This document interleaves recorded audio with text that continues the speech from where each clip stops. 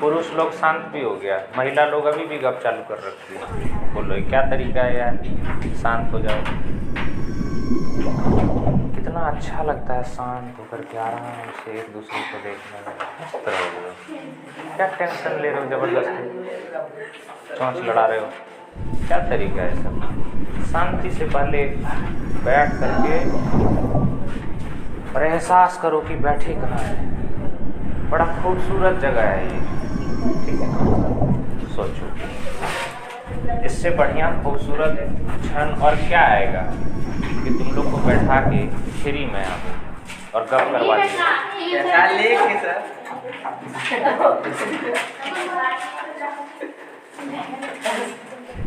पर संडे का पैसा नहीं लेते हैं। संडे का पैसा कहाँ का विचार? संडे आता है। Sunday is holiday sir.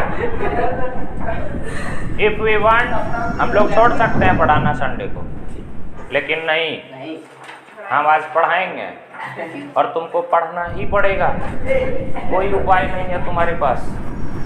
और आज हम इतिहास पढ़ाने वाले हैं और इतिहास तुमको पढ़ना ही पड़ेगा क्योंकि एग्जाम में आता है, ठीक है।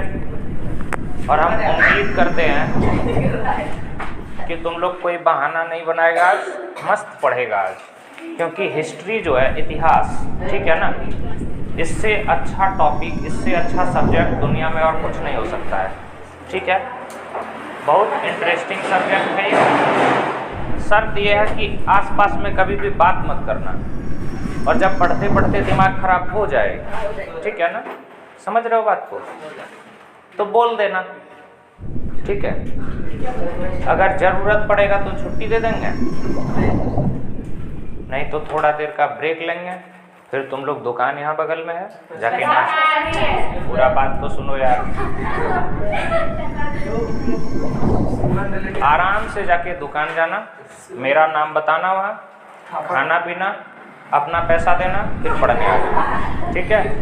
अब सोचो ध्यान से आगे, ठीक है। हम लोग पढ़ रहे हैं यूरोप में राष्ट्रवाद का उदय। ध्यान से समझना बाबू, जिस भी वर्ड में वाद लगा, वाद, ठीक है, वाद का मतलब हो गया वो किसी विचार से धीरे धीरे डेवलप हुआ है, ठीक है। समझ रहे हो बात को, किससे डेवलप हुआ है? विचार से, ठीक है। एक वर्ड है नेशनलिज्म, राष्ट्रवाद, ठीक है। समझ रहे हो बात को, राष्ट्रवादी होना बड़ा अच्छा बात है, तुम लोग भी राष्ट्रवादी है, ठीक है ना। लेकिन राष्ट्रवादी कहाँ तक होना चाहिए, ये भी एक इम्पॉर्टेंट बात है। कभी कभी हम लोग राष्ट्रवादी होते होते होते इतना ज़्यादा हो जाते हैं कि हम लोग को पता ही नहीं चलता है कि कहाँ जा रहे हैं हम लोग, ठीक है। समझ रहे हो ना बात को। हम लोगों को अच्छा इंसान बनना चाहिए, ठीक है, पर अच्छा इंसान बनते बनते हम लोग इतना दूर कभी निकल जाते हैं कि फिर गड़बड़ होने लगता है सब कुछ। इतना अच्छा भी नहीं बनना है, हालांकि तुम लोग बहुत खूबसूरत आदमी है, ठीक है। समझ रहे हो बात को। और तुम लोग सबसे ज़्यादा खूबसूरत अगर कोई है तो वो हम हैं, ठीक है। और हमसे ज़्यादा अगर कोई खूबसूरत है तो तुम लोगों के पेरेंट्स हैं, क्योंकि मेरे ऊपर विश्वास करके यहाँ पढ़ने भेज दिया कि ठीक ही पढ़ा रहा होगा। ये कम बड़ा बात है? यहाँ आदमी को विश्वास ही नहीं हो रहा है एक दूसरे पर, हो रहा है क्या? नहीं हो पा रहा। और अगर हो भी गया तो विश्वास तोड़ के चला जा रहा है, विश्वास में लात मार दिया, ठीक है। समझ रहे हो बात को। तो कितने अच्छे लोगों के घर से तुम लोग आ रहे हो, तुम्हारे पेरेंट्स कितना बढ़िया है। आज जाके अपने अपने पेरेंट्स को तुम लोग धन्यवाद दोगे मेरे तरफ से, ठीक है। और तुम लोगों से भी अच्छे पेरेंट्स मेरे हैं, क्योंकि हमको इतना दूर तक पहुंचा दिया कि हमको तुम लोग सब सुनने के लिए आ गया, ठीक है। मतलब मेरे पेरेंट्स भी ठीक ही होंगे, तो हम भी जाके धन्यवाद देंगे। और दूसरा सबसे इम्पोर्टेंट बात है, ये सब सारा जो बात बोले हम, ठीक है, ये सच बात है, झूठ बिल्कुल नहीं है। लेकिन इम्पोर्टेंट बात ये है कि हम ये बात वहाँ बोलते हैं जहाँ हमको पैसा मिलता है, क्योंकि फ्री में अगर कुछ बात बोलने लग जाएंगे तो लोग वहाँ पर कदर नहीं करते। तो इसीलिए तुम लोग देखें, आया और चालू हो गया एक दूसरे से। ठीक है, क्यों बात कर रहे हो दोस्तों से यार? दोस्त तुम्हारा बात करना चाहे अगर तो उससे पहले पैसा मांगो, 500 दो तब बात करेंगे। फिर हम क्यों बात करना है? बात का कीमत है। एनर्जी क्यों वेस्ट करेंगे? क्यों अपना समय वेस्ट करेंगे हम? समझ रहे हो बात को?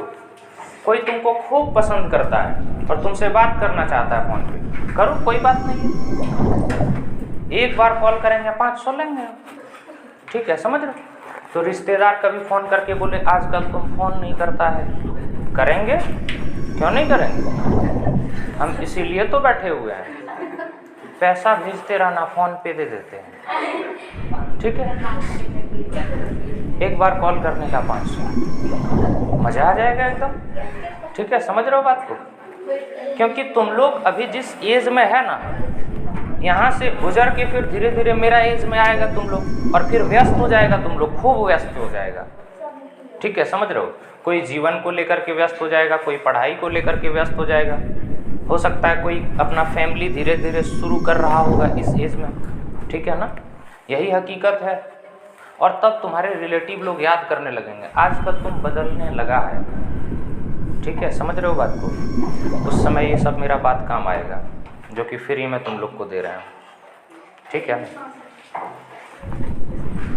ठीक है, पर कम ही पैसा ले रहे हैं, ज़्यादा नहीं ले रहे हैं, ठीक है। आगे बढ़ते हैं। खैर, एग्ज़ाम में तो ये सब आना नहीं है, तो हम लोग एग्ज़ाम के पॉइंट ऑफ व्यू से बात करेंगे। ये सब फालतू बकवास तो चलता रहेगा बीच बीच में, सुनना ध्यान से तुम लोग जो बोलेंगे।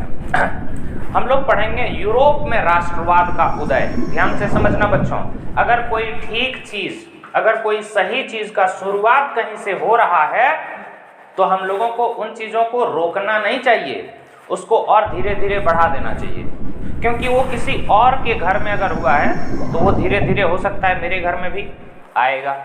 अगर किसी का बच्चा पढ़ने में खूब तेज है तो उसको डिमोरलाइज नहीं करना चाहिए, उसको और थोड़ा क्या करो, हेल्प कर दो। अगर तुम्हारा दोस्त आगे बढ़ रहा है तो उसको और हेल्प करो कि हाँ बढ़ो बढ़ो बढ़ो, ठीक है, समझ पा रहे हो बात को? क्या पता तुम्हारा दोस्त जो आज आगे बढ़ा है आने वाला समय में वही तुम्हारा बेटा को कुछ बना दे, ठीक है, समझ रहे हो बात को? हम लोग नहीं बन पाए तो क्या हुआ, आने वाला जनरेशन बनेगा, ठीक है, लेकिन उससे दुश्मनी अगर कर लिए हम लोग तो दिक्कत हो जाएगा, और हम लोग दुश्मनी करने के लिए कितना फुर्सत में बैठे हुए हैं, ठीक है, समझ रहे हो ना बात को? ये यूरोप में राष्ट्रवाद पढ़ने का वजह क्या है? अगर कुछ यूरोप में हुआ है तो वो चलकर भारत में भी आ सकता है कि नहीं आ सकता है? आएगा, ऑफ कोर्स आएगा, ठीक है, पर सही चीज़ों को एक सही समय तक, सही जगह तक पहुंचने में एक समय तो लगता ही है।